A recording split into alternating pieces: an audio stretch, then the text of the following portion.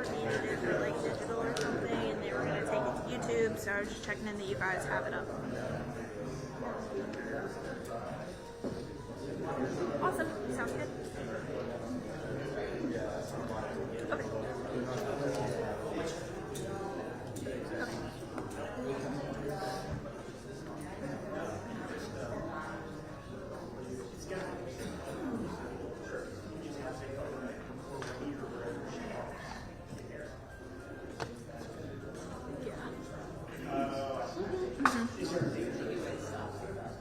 Awesome. Thank you, Ralph. You too. Bye.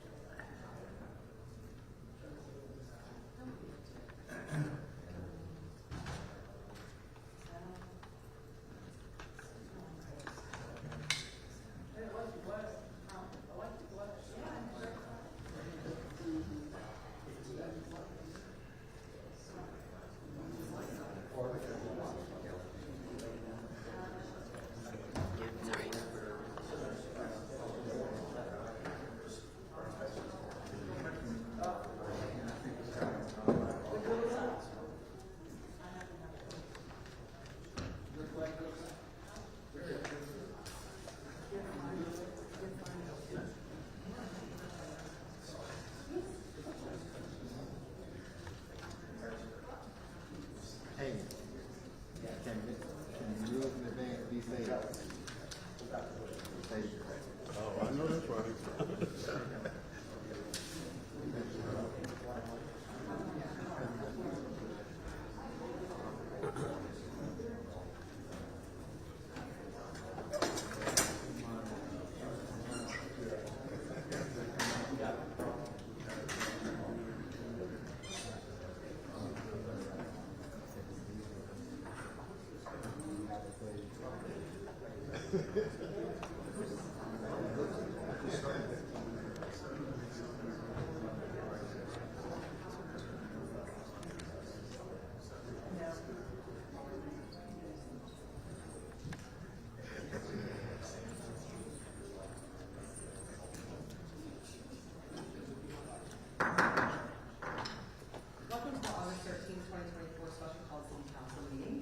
Consideration of adopting a resolution censuring and punishing council members Jeff Helgeson and Martin Misjuns for disorderly behavior and misconduct. I hereby move to adopt the resolution excluding resolving clause number 8. Do I have a second?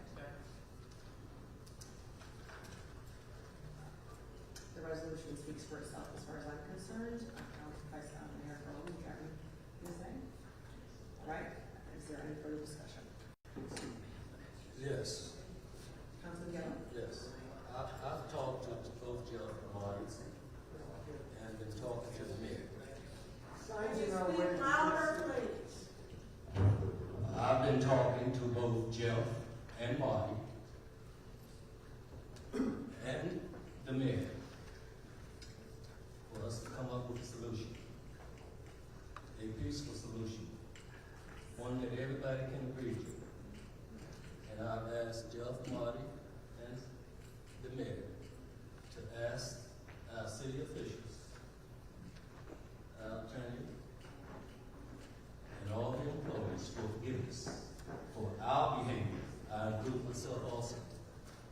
But our behavior have not been that which become leaders. Our children are watching us. I get a call from Washington, D.C. from my sister-in-law. They are watching us. Get a call from San Diego from my brother. They are watching us. They call us idiots. we need to put a stop to this. We need to, by the grace of God, ask for forgiveness. And I'm asking for forgiveness first, because I should have stepped in and stopped this mess. Now, if we can apologize to one another and ask for forgiveness for everybody that's been hurt, we'll be okay. And promise each other that this insane stuff is going to stop. We need to stop it. The media love this. Yes. They love it. No, we don't. And we need to stop it. Can I get, Brother Jeff, would you like to apologize to the citizens and City Council and Mayor Reed? I'd like to apologize to anybody that I'm offended. I'm sorry that I fought too hard for the citizens. When I first ran, that's what I said I was going to do. And that's what I've done for 20 years. I fight for the taxpayers, and if I fight too hard for them, sometimes we get personalities get in the way, and I recognize that. Sometimes we get emotional on things that should be factual. And with that, I would like to appreciate that, Councilmember Taylor, for your godly wisdom.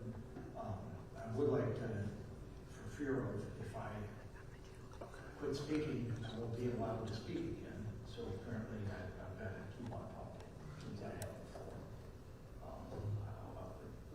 So what I would like to say is, one, I did send an email this morning. Excuse me. So you still have the floor. Good. So I have that. Are you sorry for the attitudes and all that's been displayed from the City Council? Absolutely. I mean, I wish we could work together better. I was so hopeful after we had 5 Republicans elected. That's why I had meetings, or tried to get meetings at my house where we could work together and come up with good solutions. I'm sorry if I offended folks. Not my intent. So you still have the floor, right? Yes. No, you still have the floor. I don't want to have the floor if I have to. No. Relinquish it. So it's still, the floor is still yours. I just answered your question. Not really. So are you satisfied with what has been said so far? Yes. Is there any further discussion from anyone else? I would like to hear from Mike. Larry, I really appreciate the initiative you're taking, and I think you're right. Because when we're distracted by all this nonsense, we're not doing the business of the citizens. So I can absolutely apologize for being too forceful, trying too hard sometimes, and you know, I'm sure there's probably folks out there that I've offended, and it's never my intent to offend you. So I do apologize for that. I apologize for all of us, and then I also, apologize to all of us up here for those of us up here that I've offended.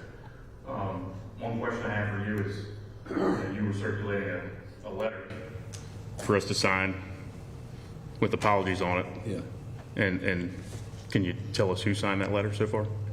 You and Jeff has signed already. Are there any I need blanks on it? I need one more signature, and that's from the mayor. And this would say that you three, and I include myself, gonna stop this fight. Yes. Thank you, Larry. Thank you. I'm gonna stop it. You know, some of y'all take communion together in the same church. That's a dangerous thing. You're brothers and sisters in Christ.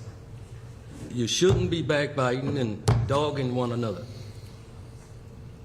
I'm sorry. I just get filled up with it. Vice Mayor Feraldi?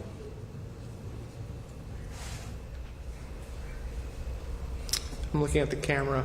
I'm speaking to all the folks watching at home. Are you satisfied? Because I'm not. I reached out 4 separate times to Councilman Helgeson before the press conference that they egregiously called.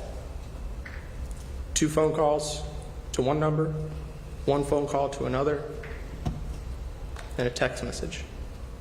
I didn't get jack back. Not until 3:30 the next day when it said, "Oh yes, I'd be happy to talk." It was my intent to say, this has got to stop, guys.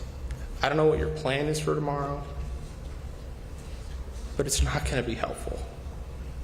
Please don't do it. Then convenient, this is Larry, for I have today going forward. Larry, I have the floor. Yes, I know you do. And then yesterday, I get a text, conveniently, from Jeff saying, "Are you able to talk?" I genuinely considered it. I actually reached out to some of my friends and said, "Hey, what do you think I should do?" Part of me wants to talk to Jeff. And 30 minutes later, I get a BS link to some concocted news article with people in this very room quoted in that article saying, "By the way, I assume you've seen this already." I've been down this road with Jeff Helgeson before, and I know what this is. It's nothing more than a submission tactic. I don't like it. This letter that Larry's produced, Larry, you're being played hard. I have owned what I've done wrong. I've lost my temper. I've said stuff that are not productive. I've owned that. I wear it on my back. And I apologize for it. I have apologized for it. Saying I apologize if I offend you is not an apology. Here's my view on this. It's quite simply this. If you think violating attorney-client privilege is appropriate, then vote against the resolution. It is often said by those in the legal community, in the research I've looked into, that attorney-client privilege is one of the most sacred components of our republic. It should not be violated. It should not be violated willfully, intentionally, or unintentionally. Unfortunately, in this case, it was violated by my guess, and what I've seen documented, 3 separate intentional times. Folks at home, I don't care if you're a Democrat, Republican, Independent, if you're transgender, straight, gay, I don't care. That's not what this is about. This is about, do you think violating attorney-client privilege is appropriate?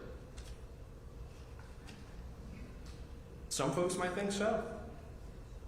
I don't. I don't think it's appropriate. If there's some components of this resolution that y'all would like to tweak, I'm open to it. Larry, if there's things you don't like in there, let's talk about them. But we can't let this go unaddressed.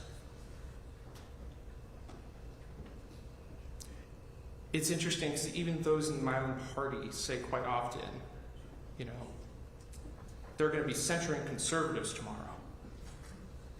They're going to be going after their own tomorrow. Which implies that I would presumably care more about the reputation of my own party than the city I represent. No dice. I care more about this city, the reputation of this body, than I do anything else. I'm all ears.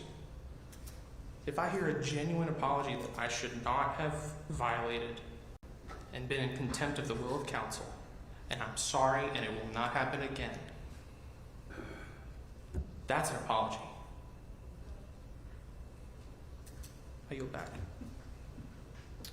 I agree. The apology, we're dealing with 2 separate issues here. So, Councilman Taylor, we're dealing with brothers and sisters in Christ. We're dealing with elected officials. Now, there's a part of that intertwines, and then there's a part that's separate. The apology, as far as what has been done that brought us to the censure, is that 2 of our elected officials, as the Vice Mayor said, violated attorney-client privilege while doing that and arguing that they didn't, but they did. They defamed the character and the reputation of our city attorney numerous times, saying things that were just inaccurate about him and his job and what he had done based on the narrative that they were trying to spin and tell our citizens, that are now in social media platforms, on the internet forever, attached to his name, that he will have to defend and explain if he ever wanted another job. And their efforts were politically motivated. That's what is laid out in this resolution. So, an apology for violating the trust and the misuse of the attorney-client privilege, and for attacking and defaming the character of our city attorney, that needs to be addressed, period. Because that's really what the essence of these censures are about, and the motivation behind it. What's happened individually between all of us on and off the dais is a separate issue. This is not the church. This room, what we're doing as elected officials. But we are, some of us, depending on the belief systems up here, believers in Christ. And that's a different conversation than what we're trying to do in an official capacity with this censure. Every organized body has a method in which they discipline people for misconduct. Schools discipline their students.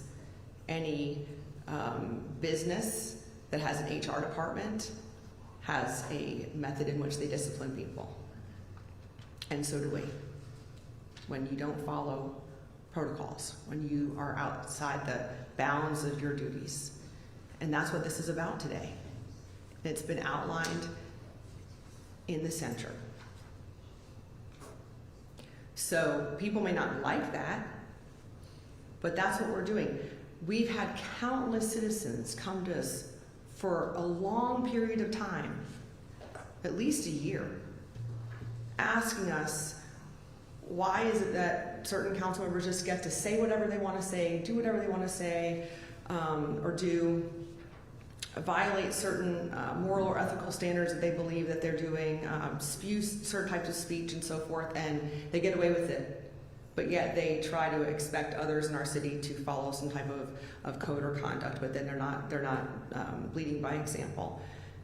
We have an obligation to the citizens, Republican or Democrat, young or old, the children that are watching, to show that we do hold our fellow council members to a standard, just like every other organized body tries to do as well. And to the point of the Vice Mayor, if we as a political party were to say, well, we're not going to do that to fellow fill in the blank, then are we saying rules for thee and not for me? Is that the message that we want to sell? Is we're not going to do that for our party members? And if so, what type of message does that sell? Or do we say, no, even in this situation, we're going to hold everyone to the same standards and show that, yeah, we do have to send a message here. And that if that's the person that's being held to the disciplinary action, they accept it. And then have an opportunity to say, I'm sorry, you're right, I shouldn't have done that. have an opportunity to humble themselves and then move forward. There's ways that this could be handled for a learning opportunity for everybody watching and listening.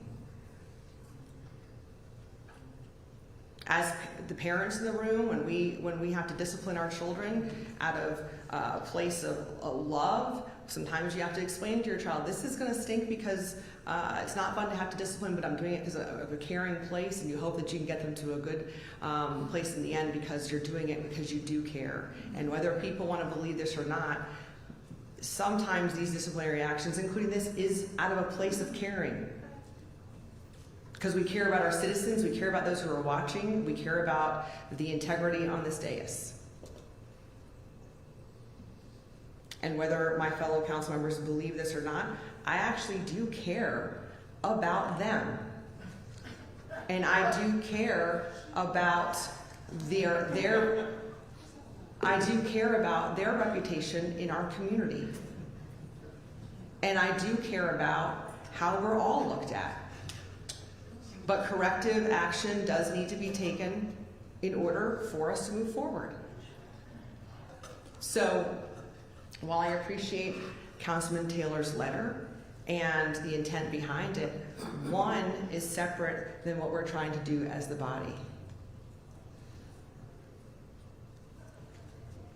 Any further discussion? Councilman Helgeson? Well, thank you. You know, this is a called special meeting.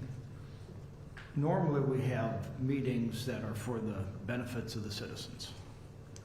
Normally, we have meetings, you know, a called special meeting is something that is done, you know, kind of very quickly. Normally, maybe because we have to do something expeditiously, because we have a grant that needs to be acted upon, or we have a lawsuit that we need to stop the city attorney from, fighting one side.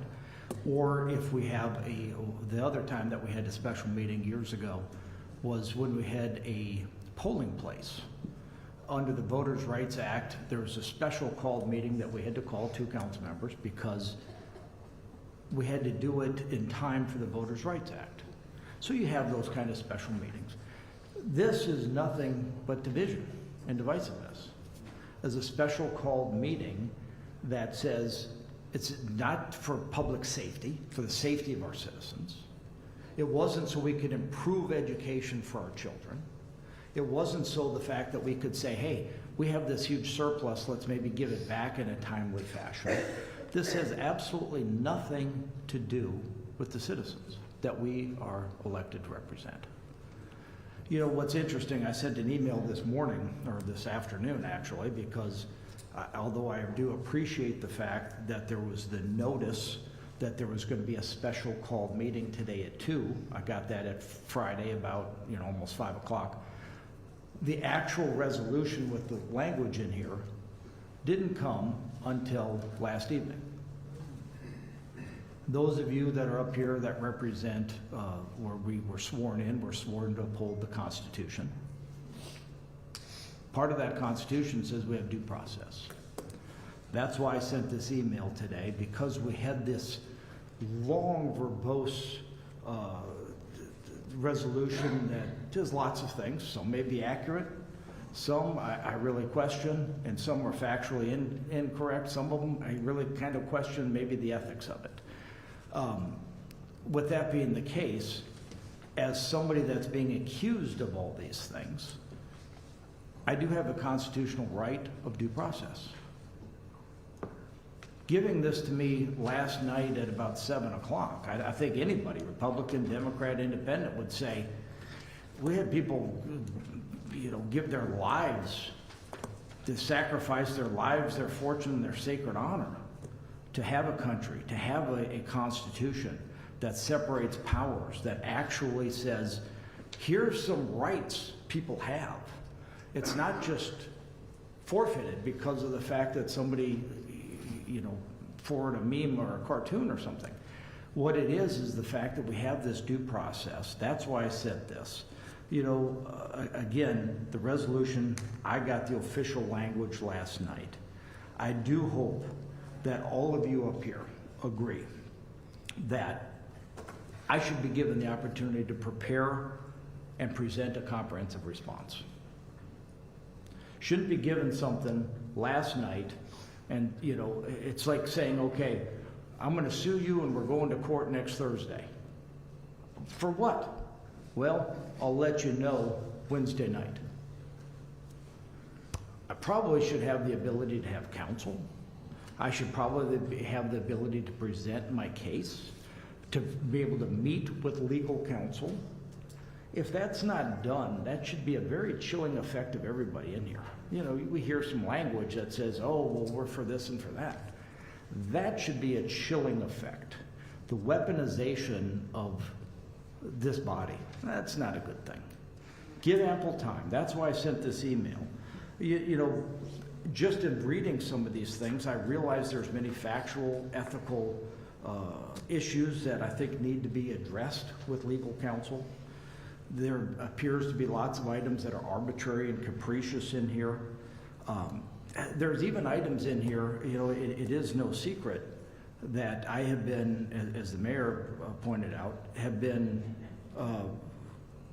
one of the sharpest critics of our city attorney. Because I don't like him? No. It's because I'm evaluating his performance, competence, ethics, bedside manner, all of these kind of things that you evaluate an employee on.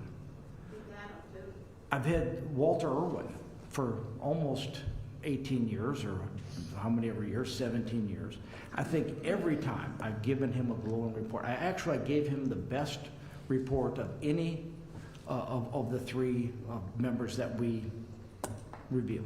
Our city attorney, our city manager, and our clerk of council. Walter Irwin was a prince of a gentleman. He understood the law. He didn't come out of the blue and say, you're making a motion to lower the tax rate to 89 cents. That's illegal. Didn't have a resolution just last week or 2 weeks ago that was about money being presented and saying, oops, I forgot to put the amount of the money in that resolution. Lots of things that I had put in my critique, my employee evaluation, backed it up objectively, backed it up factually, wasn't no slanderous, it was looking at the actual results. And now in this resolution, I see the fact that one of his sharpest critics is now somehow in this not able to weigh in on his performance evaluation, retroactively. Find that strangely odd. He also can't decide on his pay, which I voted against last year when his pay was increased by $20,000 or $40,000. I thought, oh my gosh, this is not a good thing. We need to actually maybe, you know, look at something that can actually make improvements. You know, interestingly enough, as I see this and I see these conflicts of interest, in the recorded phone call, the one recorded phone call that I did in my 20 years was with the city attorney when he called me on a Saturday. I wasn't sure about what this was going to be about. My gut told me, hopefully the Lord told me and gave me some wisdom and said, you know, you ought to record this. I'm glad I did. But in here, he puts things that this was immoral, deceptive, underhandedly. Never once did he say this couldn't be recorded. I think he knows Virginia law. Virginia law is one-sided, where one person can record. Again, one time in my 20 years of recording calls. You know, but there's no mention of this when, you know, again, not trying to be poking in the eye, but this happened before. All of you read about it. You read about that Chris Feraldi recorded and released a private phone conversation with our congressman. Okay, well, there's no problem with that, but there is a problem with mine. And obviously we know that this was legally obtained.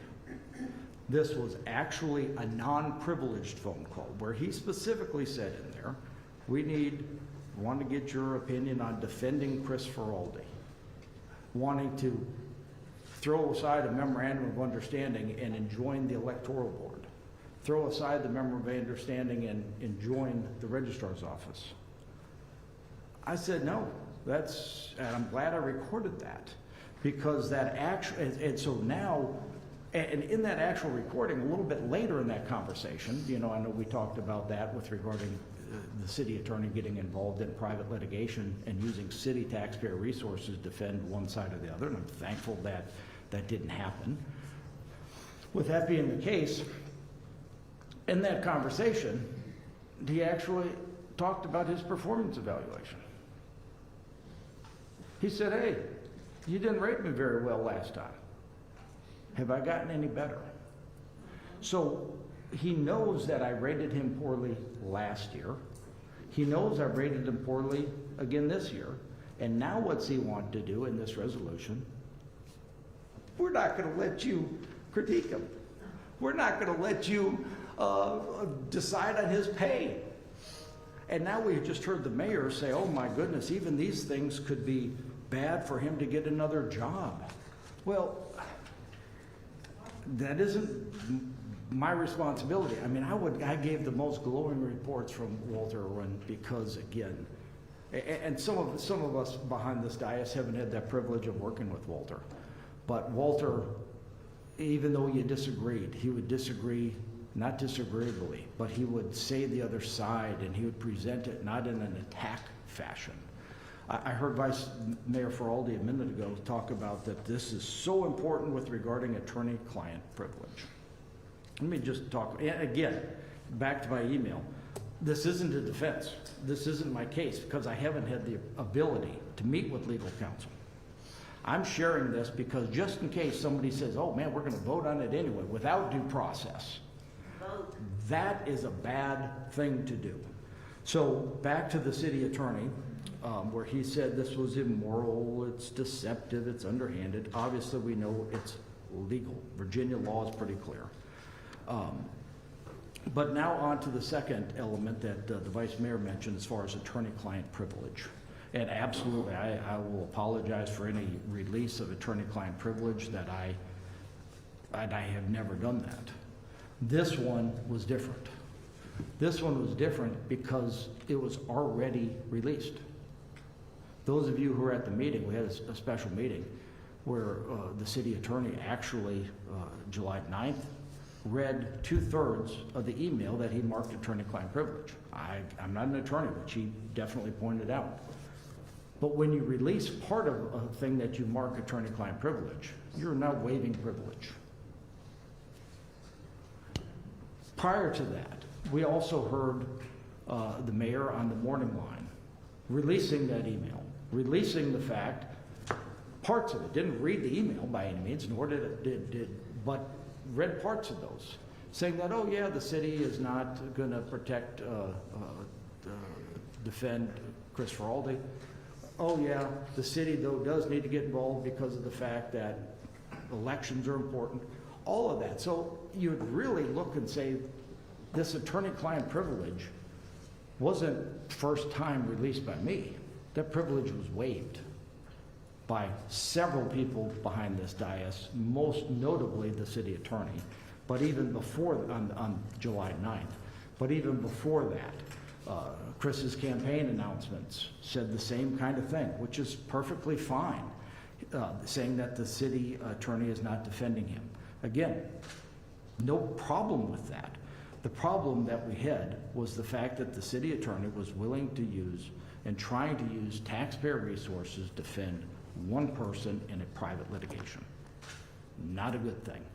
We tried to be transparent. We tried to be very open and state, this isn't right.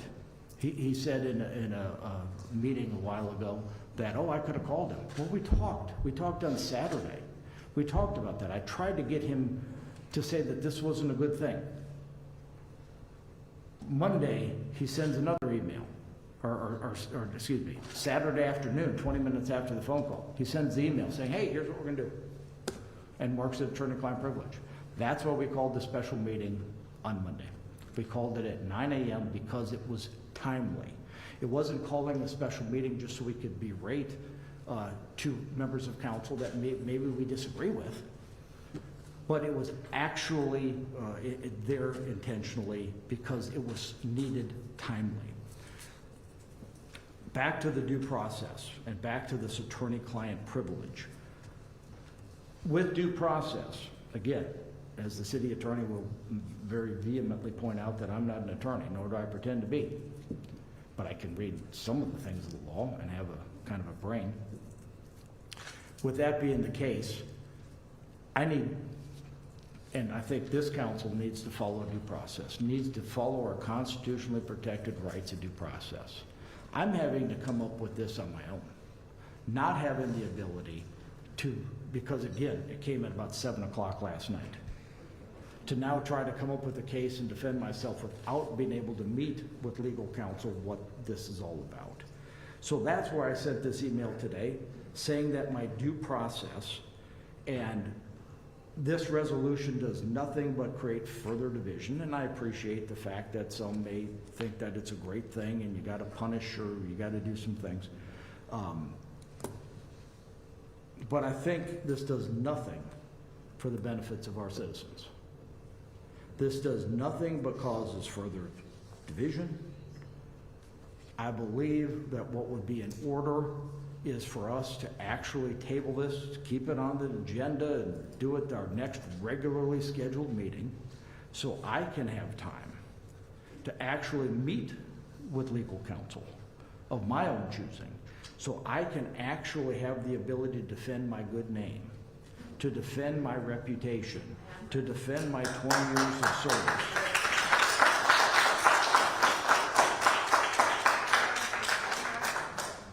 And in the spirit of cooperation, I think that we can work together for the good of the citizens, and we can move forward once we actually cool the temperature.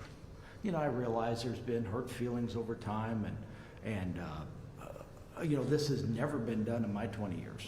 Nobody has ever even thought about that.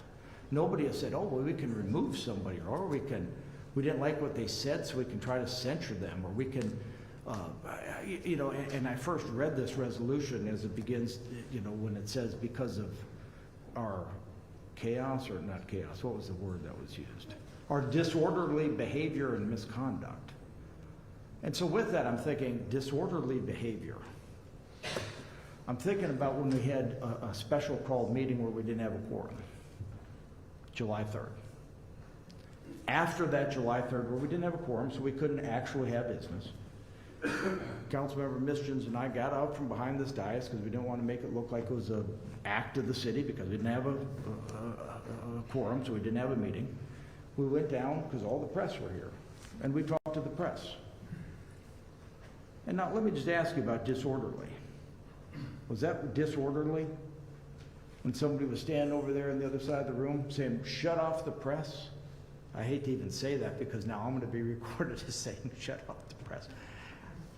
I should go quotes, air quotes, how about that? When somebody, the mayor said, you know, get out, you must all leave the room. Citizens, you can't be here, even though we had the room booked from 4 o'clock to 5 o'clock. Where after every council meeting, council members for the last 30 years, I know Mr. Whitehead that's been covering this for years, and some of you newer reporters, you talked to council members in the Will, same place where we talked to the press that day about the issues, because we didn't have a quorum, we didn't have a meeting, but there are issues that still need to be addressed. And we addressed those openly, transparently. We had addressed them without malice, without contentiousness, without meanness, but stating the facts. Now, if people don't like the facts, that I'm sorry, but we presented it that way. But now, again, back to the disorderly. We had somebody in the back of the room shouting waste, fraud, and abuse. So much so that the press said, hey, can we do this again? Because we couldn't even hear you. With a person in the back of the room yelling waste, fraud, and abuse repeatedly, and somebody in the front of the room yelling, get out of the chambers, shut off the press, I need a police officer in here now, again, violating some pretty important issues. You know, I appreciate our police officers. I appreciate that I was just endorsed again by the Police Benevolent Association. I realize that I am not a person that is going to boss them around. I appreciate the fact that there are public safety officers. I'm not gonna say, officers, get in here and arrest these citizens, throw out the cameramen, throw out the reporters, throw out the citizens, throw out the council members. They don't work for me. They work for the city manager. With that, I don't try to boss them around. And I know somebody got censured for saying something, and this censure is talking about you shouldn't talk to one of your employees that directly reports to you. The city attorney directly reports to city council. That's one of the people that we hire. We hire 3 people: the city attorney, the clerk of council, and our city manager. Those are our 3 employees. It's not our men and women in blue. It's not our deputy. It's not our other folks. So we have no say over them.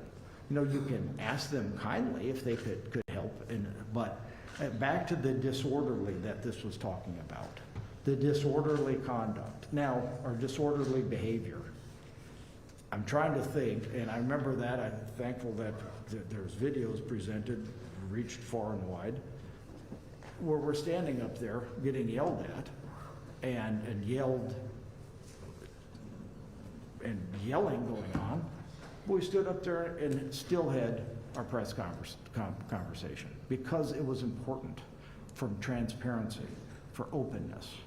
Now, if council is going to say, well, doesn't matter about your due process, doesn't matter about facts, because we want to do this anyway, I don't think that's a good thing. You know, this again just came out last night. Got it at about 7 o'clock last night. Wasn't able to read it right then. Just had my, just got back from a family vacation in Minnesota. Just had my 10th wedding anniversary. When I got the email, we were trying to celebrate. I got an email saying, hey, got a special meeting, and you are the butt of the special meeting. So with that, I received this stuff in the mail last night, tried to present an email this morning, or by the time I got it, it was about 12 o'clock, to say that I do hope, and I humbly request that this item be deferred until our next regularly scheduled meeting, September 10th. If you would like to do as Councilmember Taylor suggested, which I think would be very prudent, and that is to deny this, that would be great, and work it out privately like adults should. Or what we could do, I'm sorry, that was bad. I apologize for that. That wasn't a good thing. Thank you for laughing, Chris. I mean, that wasn't a good thing. I'm trying to not be, I'm trying to specifically not be, throwing in, bombs. And so I apologize for that. I should have said that. Where we can actually think it through, where we could actually talk about it. As Councilmember Feraldi said, he reached out to me. I didn't get it till 3 o'clock that afternoon because we did have the press briefing. I did reach out and said, I'll be happy and delighted to talk with you. I reached out again yesterday, as he said, to say, I would be happy to talk to you about this. This was even before I saw this resolution of all these different items in here. And so, again, back to the due process, back to the ability to defend myself, I do humbly ask that you defer this until September 10th. With that being the case, I realize this is, it's political, has no thing whatsoever. Having it the 10th may even be more beneficial for you if you'd like to slap me closer to an election time, or you would like to take it out totally. But again, due process is important. And I do hope, and again, I'm going to close with this, that I do humbly request that this item be deferred until our next regularly scheduled meeting, September 10th, and I will make that as a substitute motion. Do I have a second? I'll second that. Do you want to speak to that? I have nothing else to add to my motion. Thank you.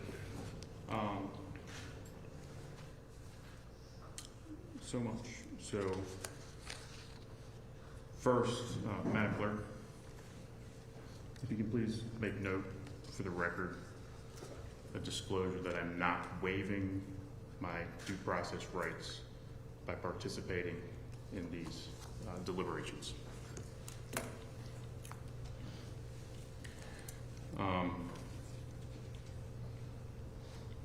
I've got some questions. I don't know, Madam Mayor, if you'd be willing to answer any questions, or is that something you're willing to do, or you're not willing to do that? Just speak to your second, please. Okay. Well, I may have some questions for the city attorney as well, but the primary question that I have is, who prepared the resolution? Because I have some serious concerns about the resolution. Typically, our resolutions are prepared by the city attorney. And then we act on them. So in this resolution, it says in paragraph 7, Councilman Helgeson and Councilman Misjuns are barred from submitting an annual review and discussing compensation for the city attorney for the period of July 1, 2023 through December 31, 2024.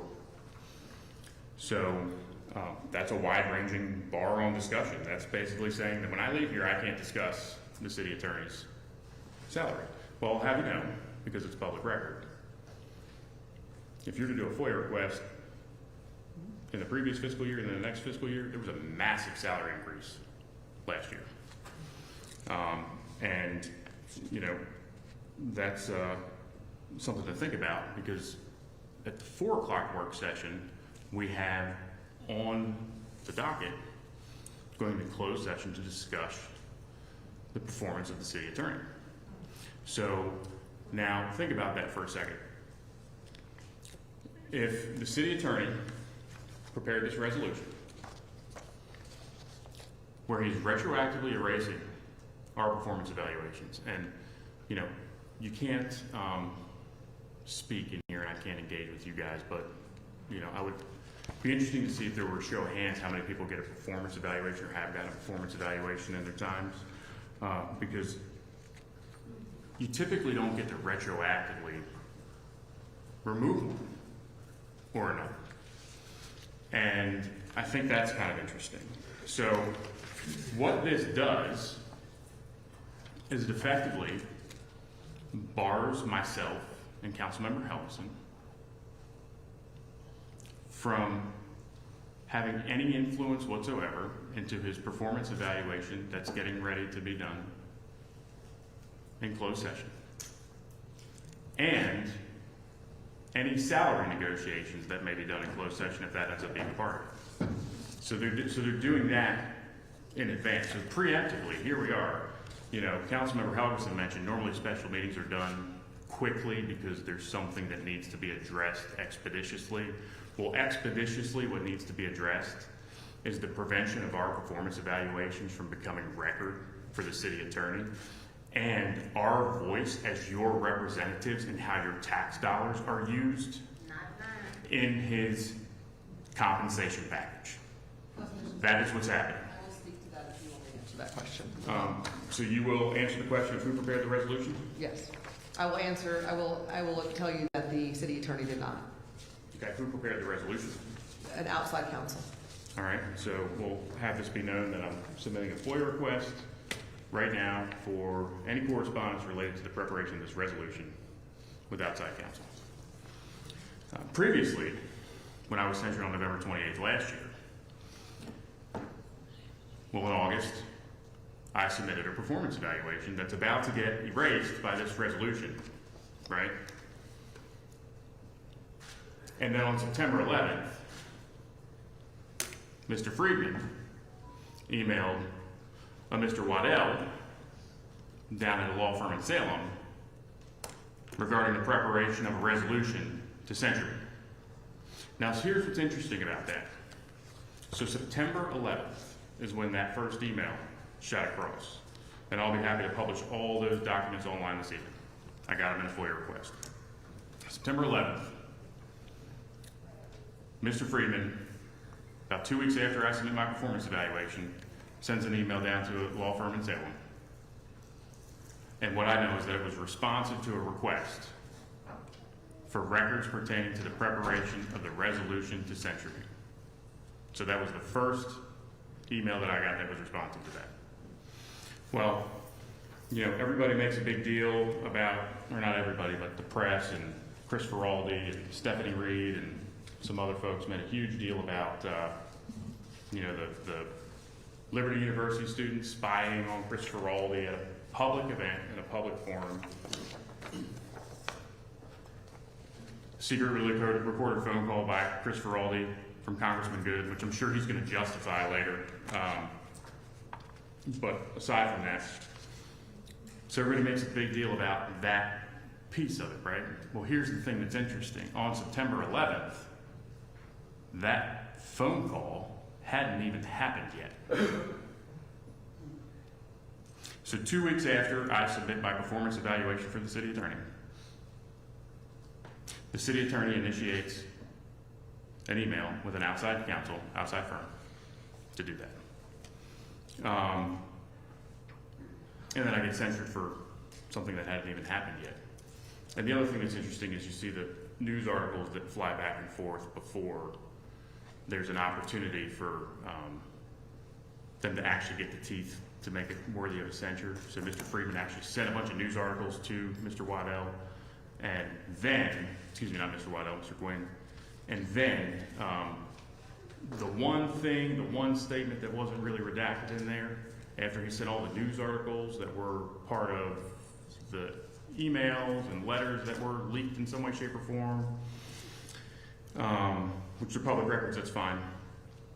The one statement that came back after all the news articles were submitted was, I'd be happy to assist. So Mr. Friedman, who's supposed to be working for the governing body, working for the city of Lynchburg, is instrumental in facilitating the censure and the discipline of your elected representatives and providing no assistance or legal support to them to defend themselves. Now let me tell you something. There's a lot of people in the city that rely on public defenders, that rely on organizations like Legal Aid, right?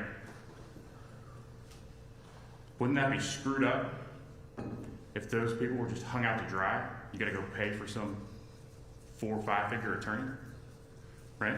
So essentially, that's what they're doing when they come after myself and Councilmember Helgeson, completely violating our due process rights, not giving us any opportunity to look into things. So with that being said, some more questions that I have are,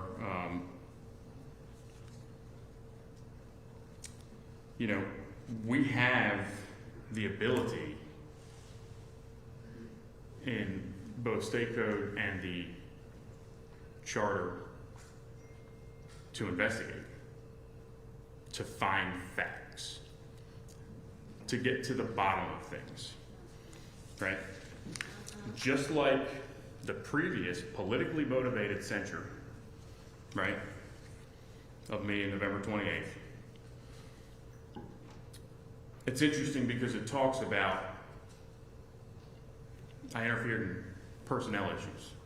But let me tell you about that quote unquote interference in personnel issues.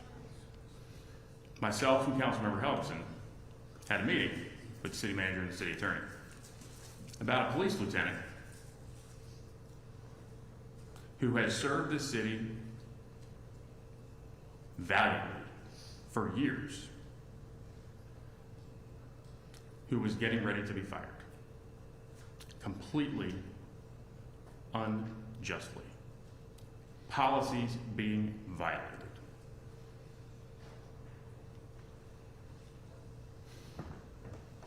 They fired him. He went through the grievance procedures. In the first step of the process, it was discovered they did violate policy. And he got his job restored. All rank, all time. There were officers that came forward on that person's behalf. And you know what? I will take a censure every day of the week fighting for the people that put their lives in harm's way for this city. That's what I did then. And with this, I'm fighting for the citizens, I'm fighting for the taxpayers, I'll do it then too. So, it's kind of profound. This is an exercise of power, raw power. That's what it is, right? Raw power. The presiding officer has the ability to set the agenda, right? And I find it funny, my friend Chris over here talked about how attorney-client privilege is such a fundamental piece of our republic, right? This is the United States Constitution. Due process is in it. Attorney-client privilege is not. Okay? So, you know, think what you want to think about that. Give us a break. Give us a break. With that being said, if you had a unpolitically motivated majority here, they would investigate. They would get to the facts. Now, unfortunately, they don't want to get to the bottom of things. They don't want to get to the facts. It's no secret that the mayor supports the opponent of Jeff Helgeson. She's got Facebook posts stating as such. I've got them printed out. Is this election interference? That's a question that I have. Is it election interference? If so, that would be absolutely terrible. Absolutely terrible. You know, one of the things that's interesting in our rules of procedure, right? And this is where there's a misconception about how business is conducted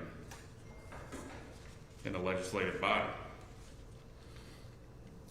right?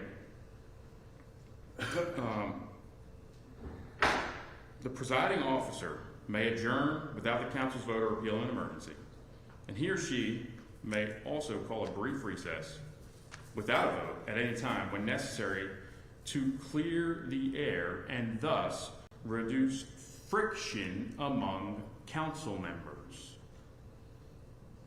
What we have here is very simple. We have a majority that wants all of council to say what the majority thinks. That's not how it works in America. The other thing that our rules of procedure say is that it's to enable the council to transact business fully, expeditiously, and efficiently while affording every opportunity to citizens to witness the operations of government. You know what? When Mr. Friedman called around and was whipping votes on whether or not to intervene on behalf of Chris Feraldi in his lawsuit related to his election, that was not business being conducted where citizens were able to witness the operations of government. No. It was not. So yes, I will always fight for you to be able to witness the operations of government. It also says that we need to protect the rights of each individual council member. Well, I also sent Mayor Reed an email earlier raising the same concerns. Raising concerns about due process, raising concerns about having time to actually look at this, understand what it means, get legal guidance on this, speak with an attorney, meet with an attorney, right? And determine how to proceed. Never got a response to that email. I'll make sure that email is available to the press as well, with the timestamp.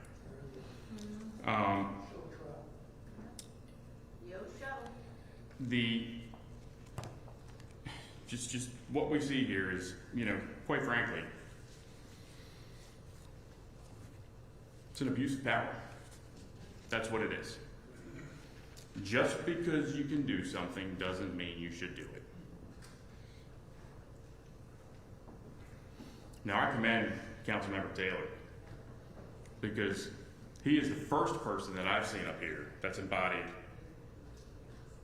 number C, or letter C, under the purpose of the rules of procedure, to preserve a spirit of cooperation among council members. Councilmember Taylor is the first one to try to do that, and I appreciate that, and I thank you for that. And it's unfortunate that this resolution also penalizes Councilmember Taylor. And that's what happens when you outsource something to a law firm that doesn't understand the details, and then it doesn't get properly proofread. But they're actually knocking you down in seniority too, brother. I don't know if you knew that or not. So, with that being said, I'm also curious, Madam Mayor, because you lodged a claim of defamation here in your opening comments. Can you speak specifically to what that was? Because you actually made a claim that we defamed someone. So what specific statement was defamatory? Are you able to answer that? Or are you just alleging that we made defamatory statements without actually having a statement to address? You have the floor to speak. Go ahead and finish your comments. Well, I think we know the answer to that. I'll be providing these to the clerk that she can put in the official record. But these are transcripts. One is from a WLNI audio interview of Mayor Reed on the morning of July 3rd, 2024. And I'll just kind of highlight some of the things that she said. I think let's see. Vice Mayor Feraldi is not being represented by our city attorney. Well, when you look at the email where we are told that we broke attorney-client privilege, which there's parts that aren't redacted, right?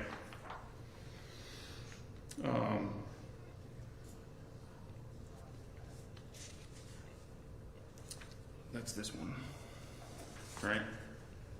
That's where he says that was previously attorney-client privilege, that the city wasn't defending Vice Mayor Feraldi. Something else that was stated. Asked our opinion about the city entering into some type of interest because the city pays for the elections, so we have an interest in anything having to do with city elections. That was his question, was kind of in general, right? This lawsuit's not a private matter.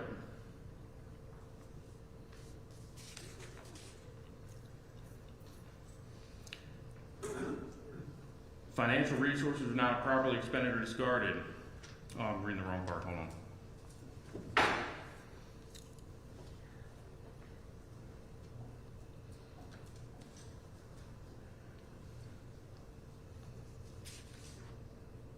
I gotta read the unredacted part. So that's in the unredacted part.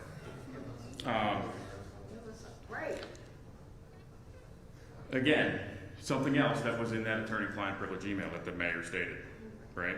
That we pay for them. So the first person to actually break attorney-client privilege was Mayor Reed on WLNI the morning of July 3rd. And then in the meeting, the special meeting that actually happened on July 9th, right? Here's Mr. Friedman's remarks. And I want to point out that I specifically asked because I saw that he had a script in front of him, right? That he was reading off of with his prepared remarks. And when he was reading that script, I asked for that script to be entered into the official record, and that was denied. Correct. Denied. Okay? And he wanted to address some claims. The city's not representing Vice Mayor Feraldi. That was part of what was attorney-client privilege, but that's no longer attorney-client privilege when he said it. He said that myself and council members Helgeson are not attorneys. That is accurate, right? Correct. Right in here, Jeff, you are not an attorney and not qualified to interpret statute, litigation, events, or the like. Same thing. Lawsuit is strictly a private matter.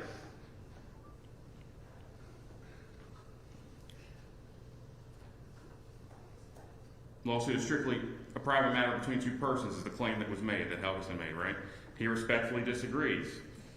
And here, the lawsuit is not a private matter involving only two individuals, as Jeff publicly stated. Same thing. It's going to disenfranchise thousands of voters. He says it right over here, right? So he sat there. Now, think about that for a second. I'm not going to go through all this. I'll make sure that this stuff's available. Thank you. But, you know, here's what people actually said. It is exactly what was underneath the redactions here. Okay? And they want to grandstand and gaslight all of you and turn this into something political when it's not. There's no spirit of cooperation being displayed by Mayor Reed or Vice Mayor Feraldi. They don't have any interest in that. They have interest in compliance. It's been that way since day one. And they have a problem that some of us who were also elected by the citizens aren't willing to just comply and quote unquote kiss the ring, as Chris Feraldi always likes to say. Right? But I'm not the one wearing a Freemason ring, that's Chris Feraldi. Give us a break. You usually wear it. No, we don't. What are you talking about? Those two. So, with that being said, you know, I just think that it's very interesting that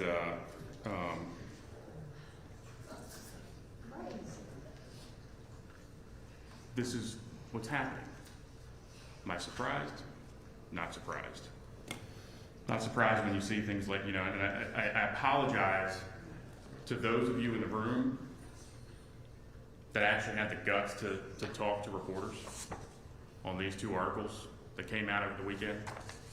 The first one was Lynchburg mayor shuts down critics, exerts chilling effect on free speech amid controversy. Right? National news. I absolutely apologize to those of you for the disingenuous comments made by my peer over here that it was no big deal. Right? There's a lot of people that I've heard from behind the scenes that are terrified about coming forward against Stephanie Reed and Chris Feraldi. Absolutely terrified.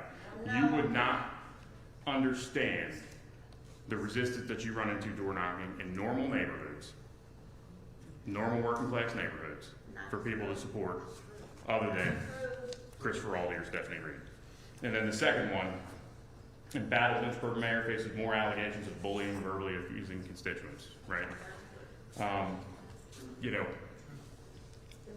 I apologize to those of you that are in the room that are sourcing that article that had the guts to come forward, because I know that's not easy, because you're looking at, you know, the power of government here. I mean, look at what they're doing. Jeff has been on city council for 20 years, 5 terms consecutively. 5 terms consecutively. There's nobody that's fought for taxpayers harder than Jeff, right? And then to get removed from the finance chair position and replaced by somebody that didn't even know the school budget numbers on the radio, right? To reduce him to the most junior member of council is petty. It's petty. This is like middle school, high school, girls' locker room pettiness stuff. That's what this is. There's nothing about this that has anything to do with policy, right? Policy. And, you know, when we're wasting our time being distracted on these political witch hunts being carried out by the mayor, then, unfortunately, you know, we're not spending that time on doing the business for the citizens. And it's interesting, too, because they carefully line up these whereas clauses on here, right? To make it look like we released something after the vote but they put them out of order because they're trying to make it look like, you know, they're having it in a different way. You know, I hope somebody proofread this. I have, like I said, grave concerns about the conflicts of interest. You know, we can't have, you know, the city attorney's office is responsible for the resolutions that come before us. As a matter of outside counsel did it. It's in his job description. It's in city code, right? So if he didn't review it, then he wasn't doing his job. And for that to be the case, you know, and then for him to also be the parliamentarian in this meeting and not recuse himself is also, and no disclosure whatsoever, that this is going to affect who can negotiate on any salary and benefit changes for him. I am just deeply concerned that we are setting the city up for liability, that we are setting individuals in here up for liability related to the Conflicts of Interest Act, the Virginia State and Local Government Conflicts of Interest Act, which is the main reason why I support and seconded Councilmember Helgeson's motion, because I do think, you know, if they want to go ahead and carry out this censure against us, you know, take our pay, try to get us to go to taxpayer-funded training where they have people that support policies that want to restrict your Second Amendment rights. No, not doing that.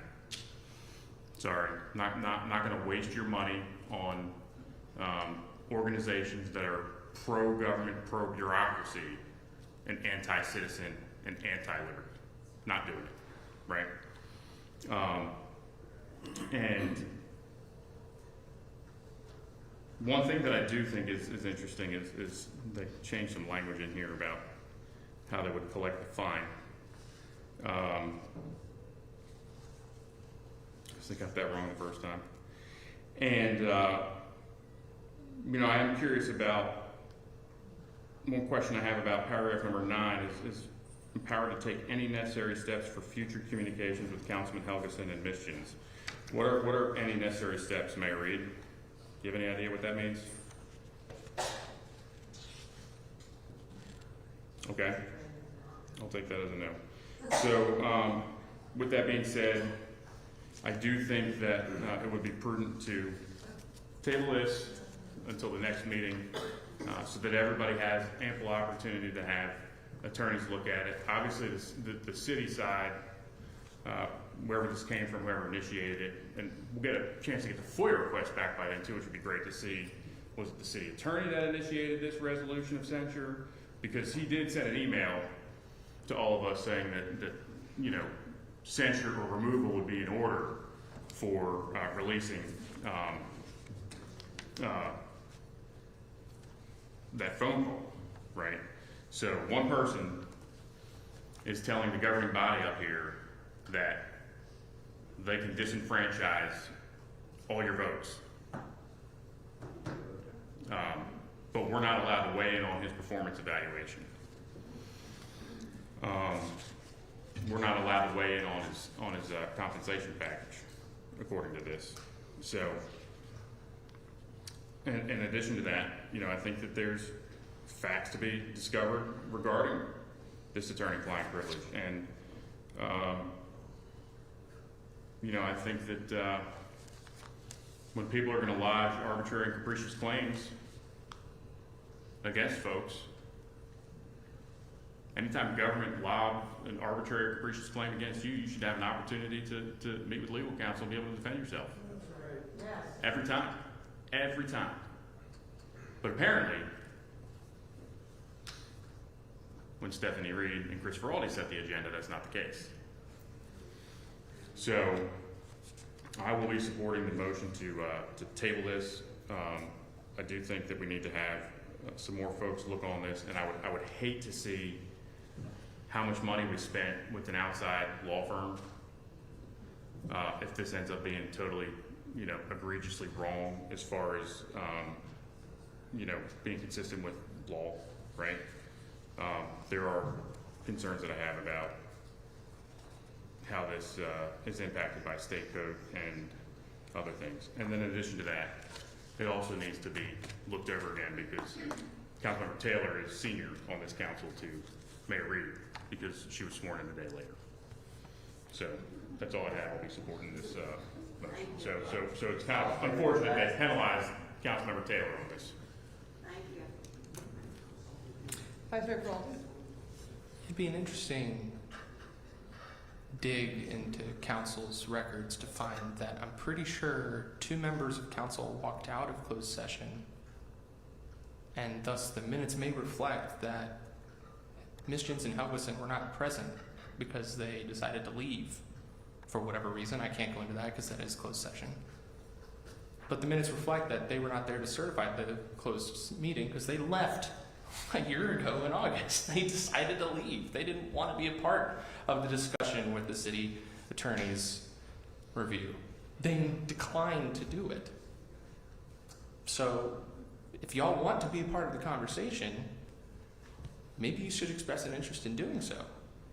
I would like to point out you have been talking for nearly an hour. Yes. And I humbly submitted at the foreground, I just want an apology that what was done was wrong, it won't happen again, and to move on. And I'm not going to listen to anyone telling me what I do not want and what I do want. What I know is that it was wrong. And I'm looking at all these folks in this room right now who worked so dang hard with these two to cause chaos in this city.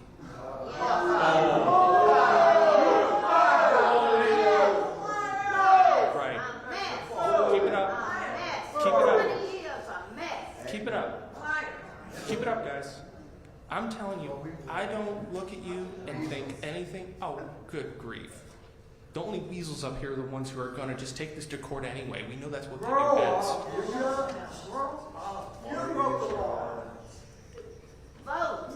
Let's vote. Let's do it. Let's do it. Madam Mayor. And also, I have the floor still. I'd like to point out anyway, these fines are just going to be paid by 2 men in this room anyway. I see them in here right now, the biggest donors in Lynchburg. They're just going to pay it off for them. And also, you guys could go to any organization you want to. It's not just some organization that you have to go to. Go to any of them. Find the appropriate training, go to it, and you're done. It doesn't have to be via mail. It doesn't have to be First Cities. Madam Mayor. I'm not finished. I'm not finished, and I would appreciate some decorum in this room.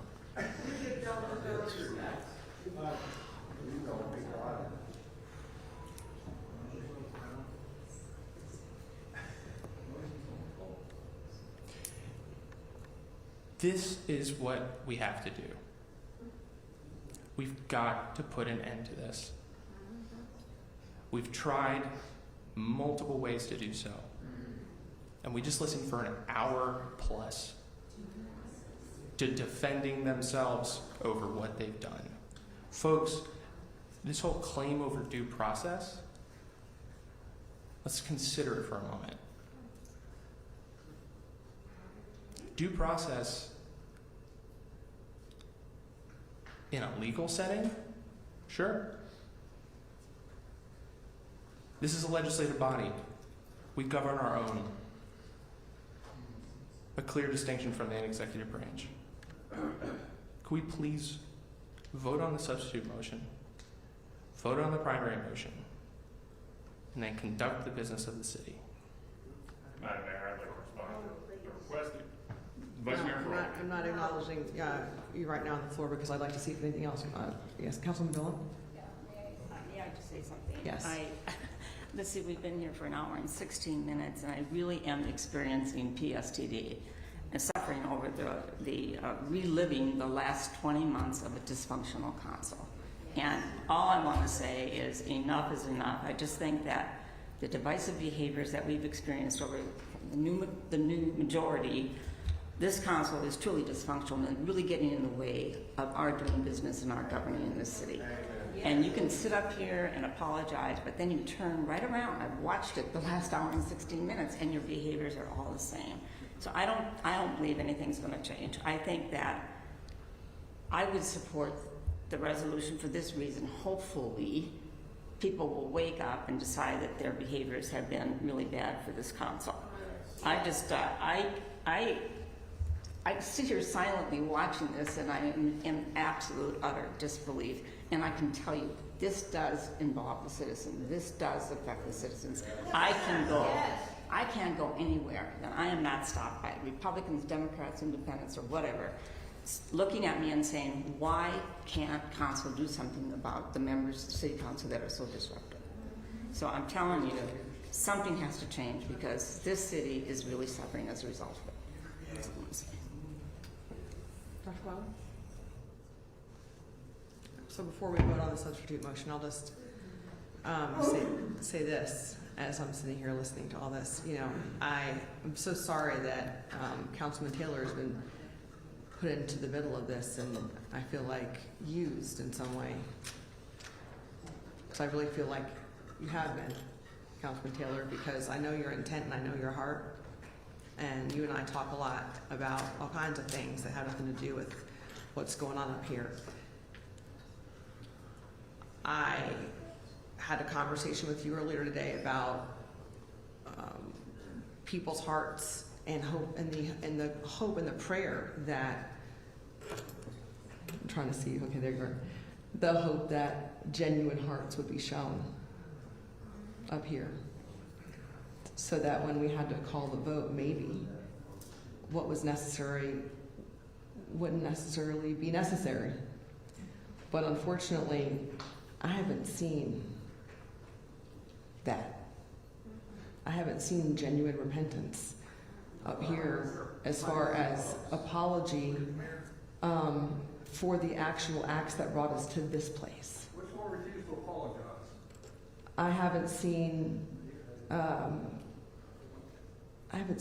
I've seen mudslinging and lying and intentions to What's the lie, man? throw other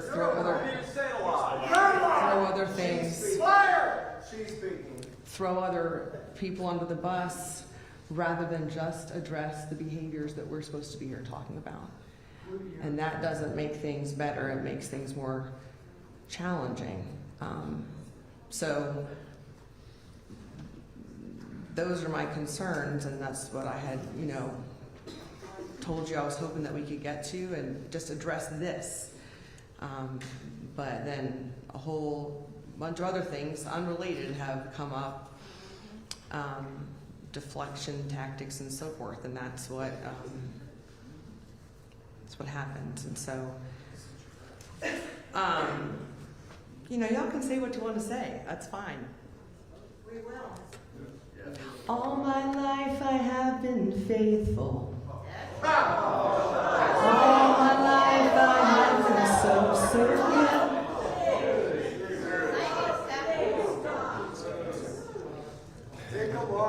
Okay, let's take a vote, please, for the substitute motion, please. The claims you made and the request of Vice Mayor. I wasn't directing anything towards you, Councilman Misjuns, and I would like to call the vote for the substitute motion right now, please.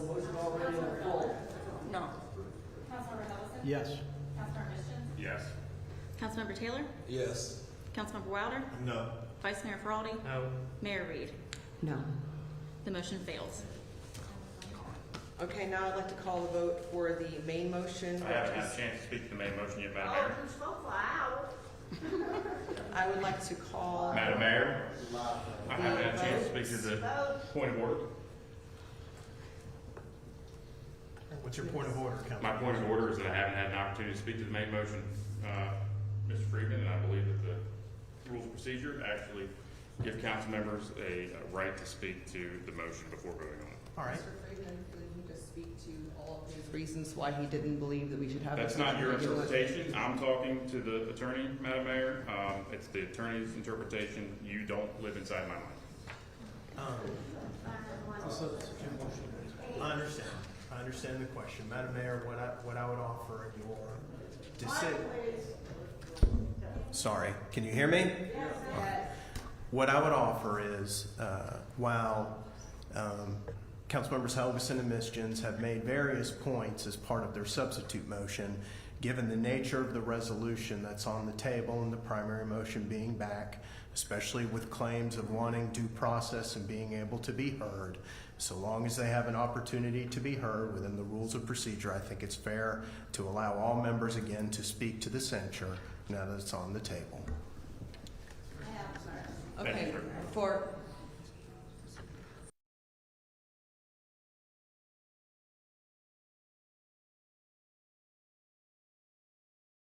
that I would like to this at this point acknowledge our time limit of 30 minutes total for debate, because we do have a 4 o'clock work session. That's right. I think that would be Put that in So height. total for everyone to speak, so I can call the vote. That means everyone speaking, maximum of 30 minutes. 30 minutes. Go ahead. Thank you. All right, so let me get back to my notes here.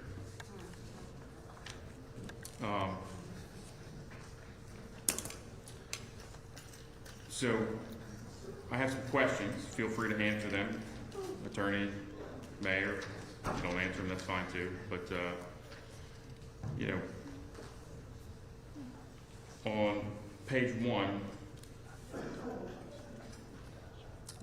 in the first paragraph, section 37 of the city charter, it says that members of council have a profound duty of making decisions in the best interest of the city. So I'm not disagreeing with that statement, but does the section say we have the duty to act in the best interest of the city?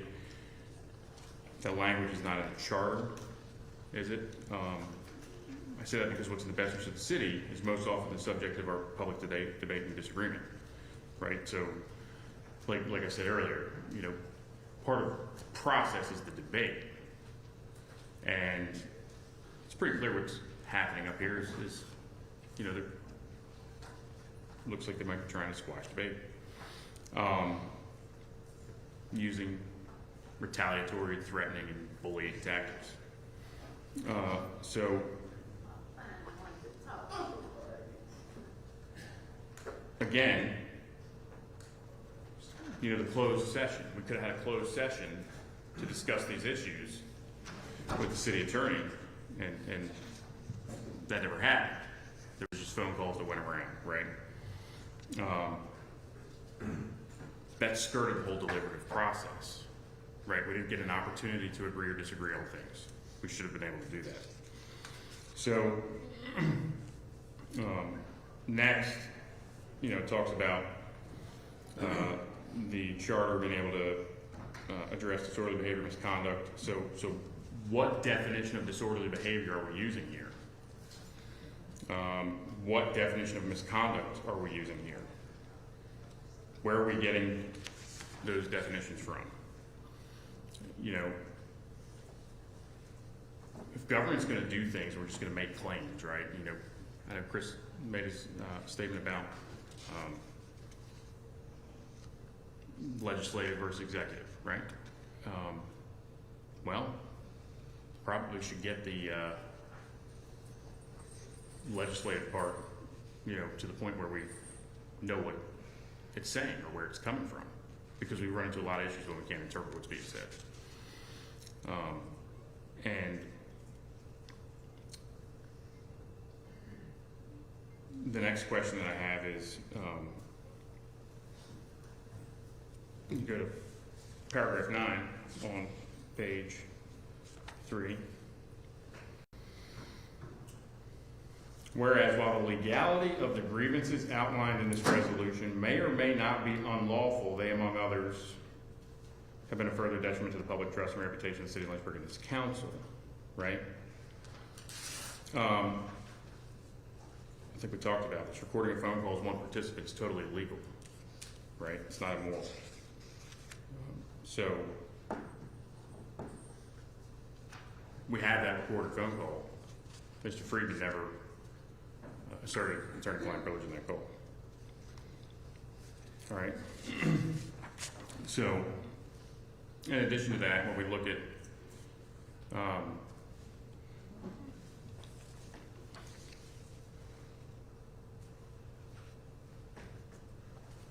Says, whereas without authorization from a majority vote of the council on July 9th, Cardinal News reported that Councilman Helgeson and Misjuns provided a copy of that same email stating the body text was redacted except for a portion of a sentence. So, what I'm trying to figure out is, assuming that the allegation is that a majority vote of the council not taking place, we couldn't release it. That's a question that I have. You know, the attorney doesn't invoke the privilege, the client invokes the privilege, right? So, was it waived? When Mayor Reed said what she said on the radio? Was it waived when Mr. Friedman said what he said on the dais? So, you know, I find that interesting.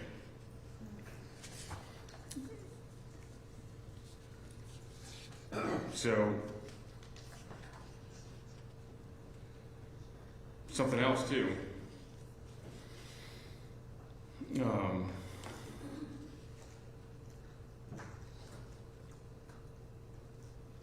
That's coming across on here is takes it right back down to the fact finding. Why does this council majority seem so uninterested? They're willing to exercise the power to do this with less than 24 hours notice. Okay? Less than 24 hours notice on this resolution. And they're willing to exercise the power to do this.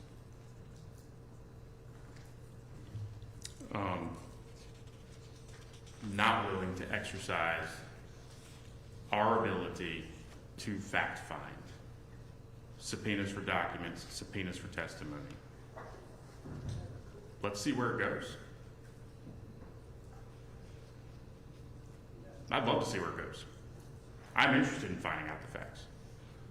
You know, one of the things that Mr. Friedman said over and over again about Mr. Helgeson and myself, we're not attorneys.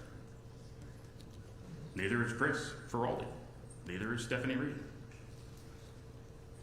But they're the ones asserting that privilege wasn't waived.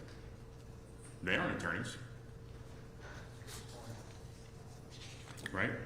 So, why is it whenever we say something, right? That's the response we get. But then on the other side of that, while Mr. Friedman has made those claims, right?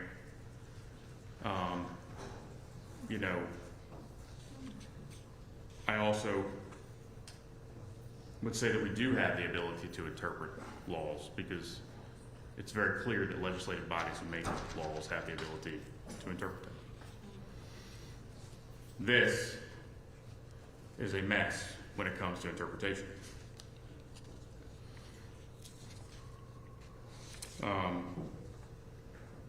You know, Chris Feraldi said just a moment ago,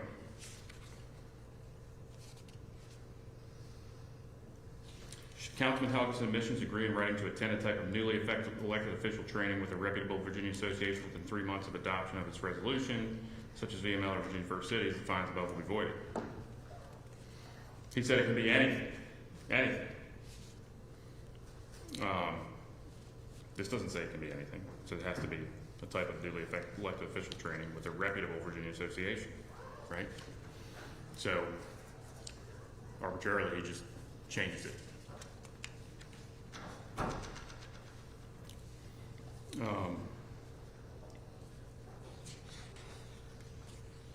So, you know, again, I find that interesting.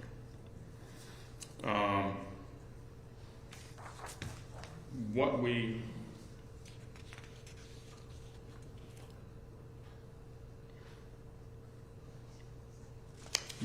have here is Very simple. You know, it's politics. This is purely political. It has nothing to do with policy. Nothing.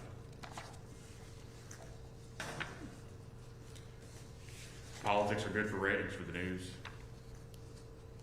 Mr. Taylor mentioned that earlier. I was on WLNI this morning. They love it. They love it.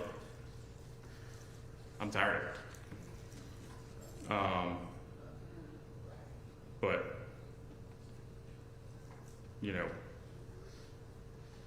if we exercised our ability to find facts around here, right? If we actually investigated, I think a lot of people would be shocked what would come up in discovery, depositions, testimony. You know, it's easy for me to come up here and say what I say every time I'm here because I don't lie. Not a liar, I've never been. The mayor called me a liar a moment ago. I'll forgive her for that. She does it all the time. Right? On January 9th of this year, sitting right up here between a work session and a meeting, she told me how important it was to get together with a third-party mediator we were both trying to work with to bury the hatchet. On January 9th. I challenge her to tell me I'm lying because I can prove it. She said. It's now August. There's phone calls. There's text messages. There's emails.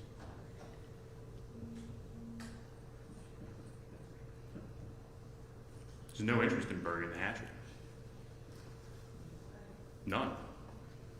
Hasn't happened. You know, notice I asked her earlier, what lie? She's not going to respond.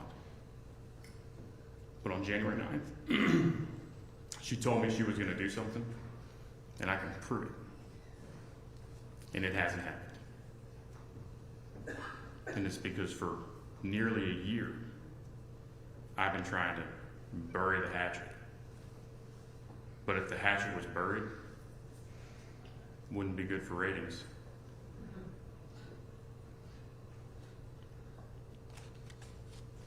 So,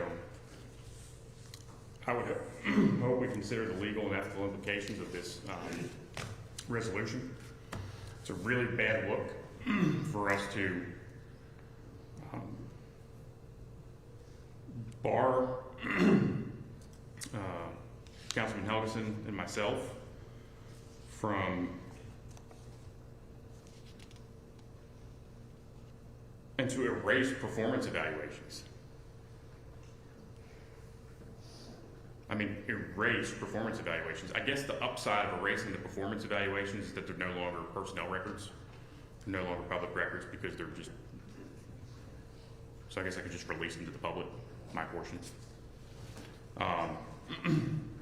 But I'll have to get some consultation on that. But you know, this is just a really bad precedent, erasing performance evaluations and saying we can't have a say. And you know what? It's interesting.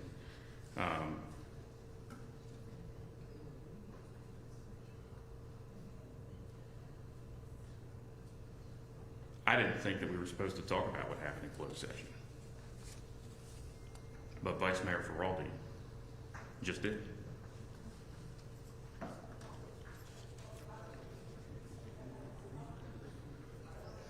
I didn't think we were supposed to talk about what happened in closed session, but Vice Mayor Feraldi just did.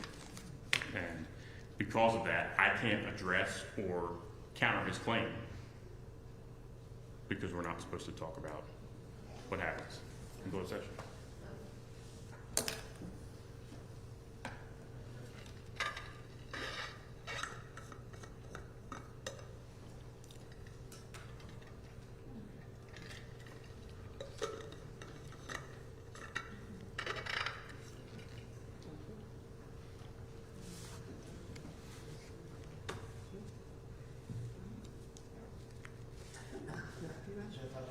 Who you haven't spoken?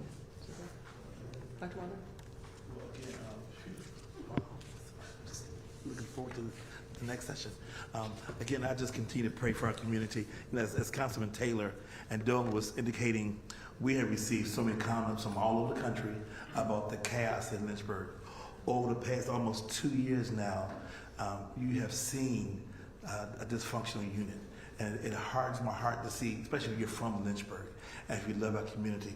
I mean, someone just texted me and said they're leaving the city because they're just so embarrassed about what's going on. This is just, it's really sad to see people who have so many challenges and so many dysfunctions and can't get along, and they all love Jesus. And it's just so sad to see this happen. I support the motion because, again, I want to get back to some normalcy as possible. And again, we must remember, I wasn't in favor of someone doing evaluation on an attorney who you're currently suing. So that should not be permitted in the first place. But again, I was not the voters that vote them in. So again, I still don't think it's appropriate to be having someone doing the evaluation on someone you're currently suing. But that's another case. I do support the motion. I think we need to get back to, I'm praying that we can get back to some normalcy. I'm praying that we can get back to working for our citizens. I'm praying we can stay focused on the issues that really affect our city and not all the other issues that are just beyond our realm of what we can do. Focus on the city and making Lynchburg a great place to live, work, and play. Thank you.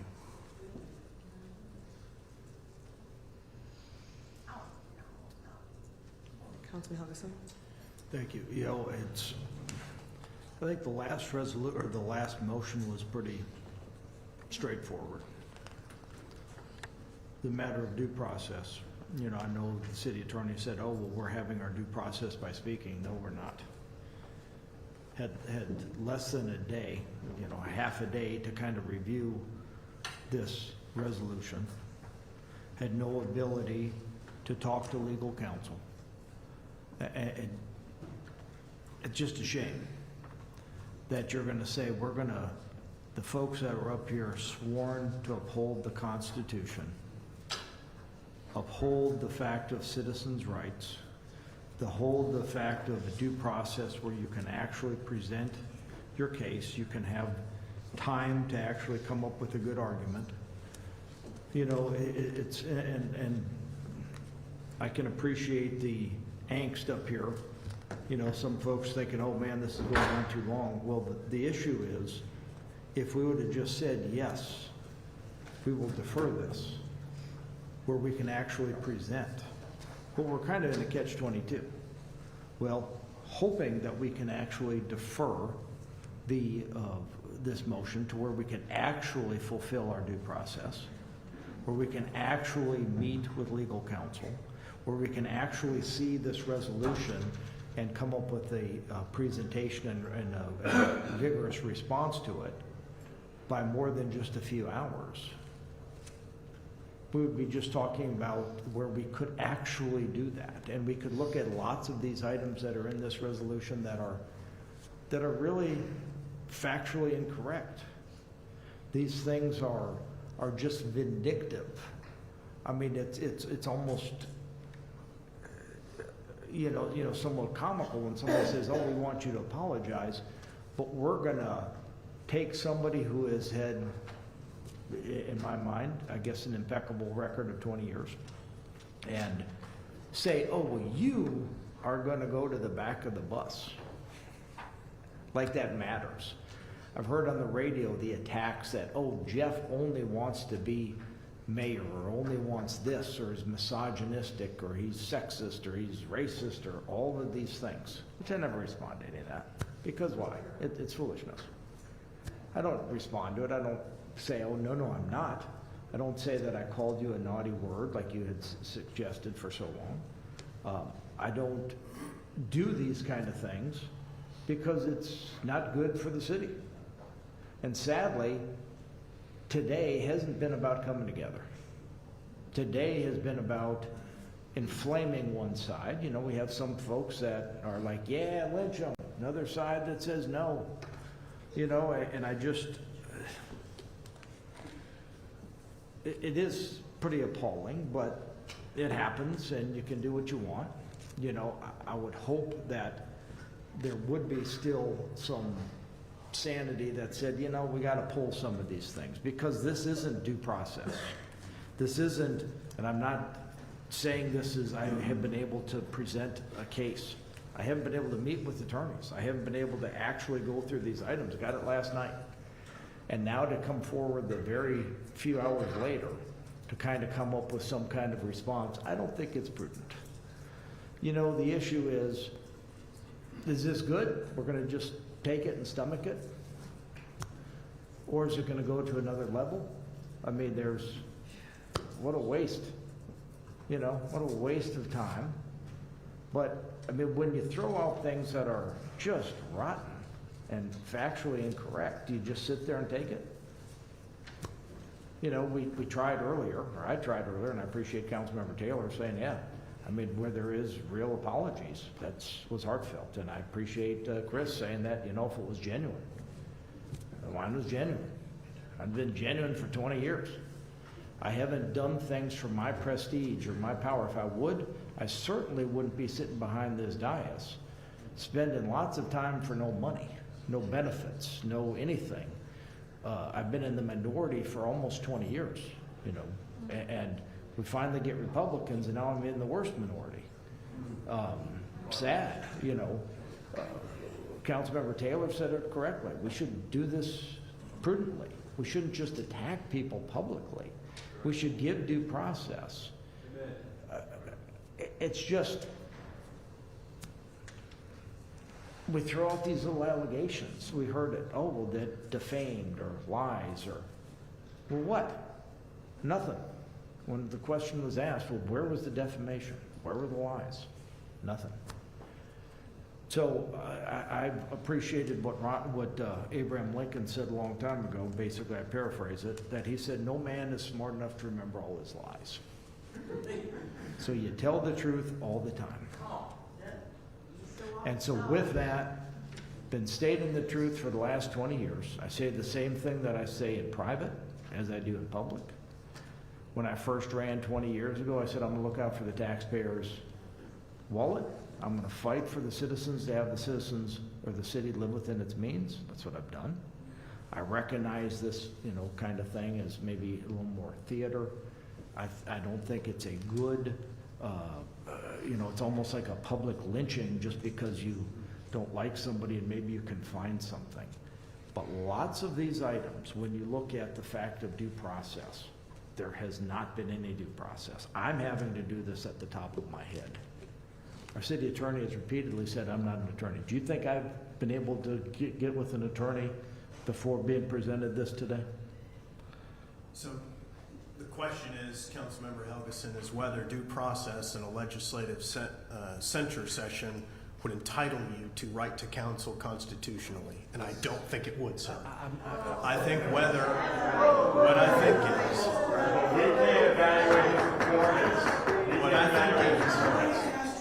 is whether you are having an opportunity to respond to what's been presented to you. Yeah. And can you answer that? And there's You are no having way an I can. opportunity now to respond. I'm having an opportunity to respond, but it's very short time frame. We just now have the ability with the combined 7 people, 30 minutes maximum. I just got this last night within several hours. We should be going line by line of what is factual and what is not. And I don't believe, especially when in here there are fines and seizing of people's property in this resolution that says we're going to fine you, we're going to do whatever. I recognize it's different, but my goodness, I don't think the Constitution stops once we walk into that council chamber.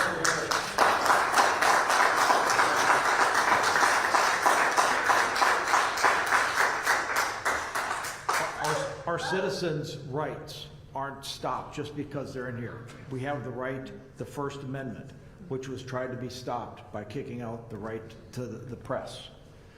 There are the rights of the citizens. That same First Amendment was trying to be stopped by the rights of the citizens to peaceably assemble, told to get out. The rights of citizens, Councilmember Misjuns and I, to publicly have our free speech by saying what we think is very critical and open. Now, I don't know what other kind of apologies are needed, but this resolution isn't any good. That's why I suggested we table it so we can actually talk privately, whether we can talk publicly. We've given apologies. Apparently that isn't good enough because you'll apologize for something only to say, well, I don't appreciate it or I don't like it. Well, I am very, I heard an apology by the mayor not long ago that she apologized that the citizens had to witness her disorderly, disruptive behavior. She didn't say about her, she said it was about us. We were sitting there and we heard screaming going on up there. We heard chanting going on in the back, and we just sitting there giving a professional presentation regardless of heckling. But then the apology wasn't for somebody's disorderly bad behavior. The apology was for us, for what we did. So I hope you will accept this apology that I gave earlier. I hope you will vote down this resolution. I hope that you will actually say due process is critical, protecting citizens' rights are critical. I hope that you will ask for forgiveness, that you will actually work together for the good of the citizens, not just for your aggrandizement. I know some folks may have had PTSD from discussion of this. It should have been a 2-minute discussion. It should have been a fact that we can just say, yeah, we're not bringing it up. We're going to talk privately.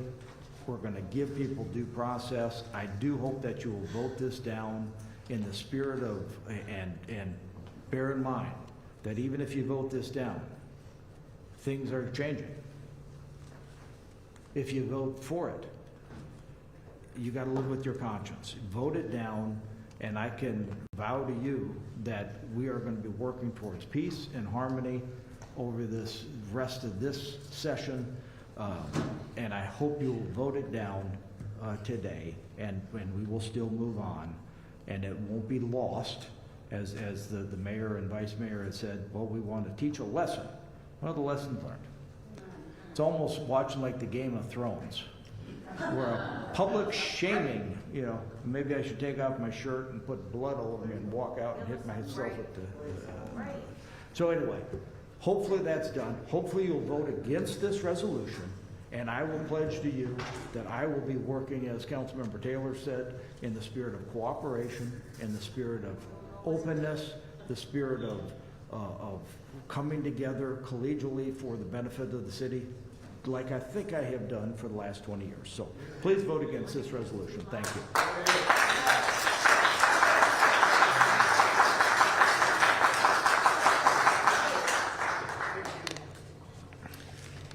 All right, we'll go ahead and vote on the original motion. Councilmember Dolan? Yes. Councilmember Helgeson? No. Councilmember Misjuns? No. Councilmember Taylor? No. Councilmember Wilder? Yes. Vice Mayor Feraldi? Yes. Mayor Reed? Yes. The motion passes.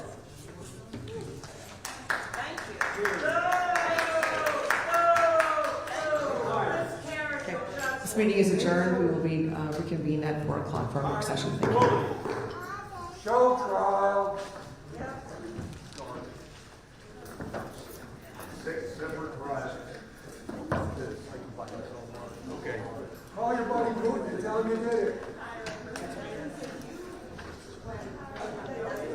This is a whole lot more than that. A lot more than that. Like your phone.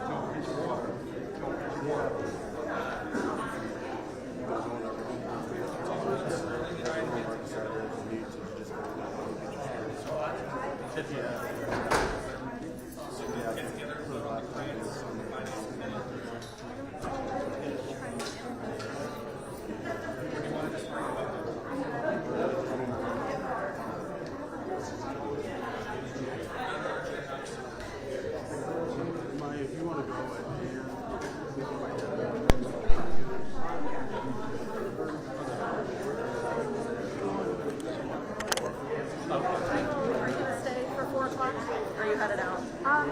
For the meeting? Yeah.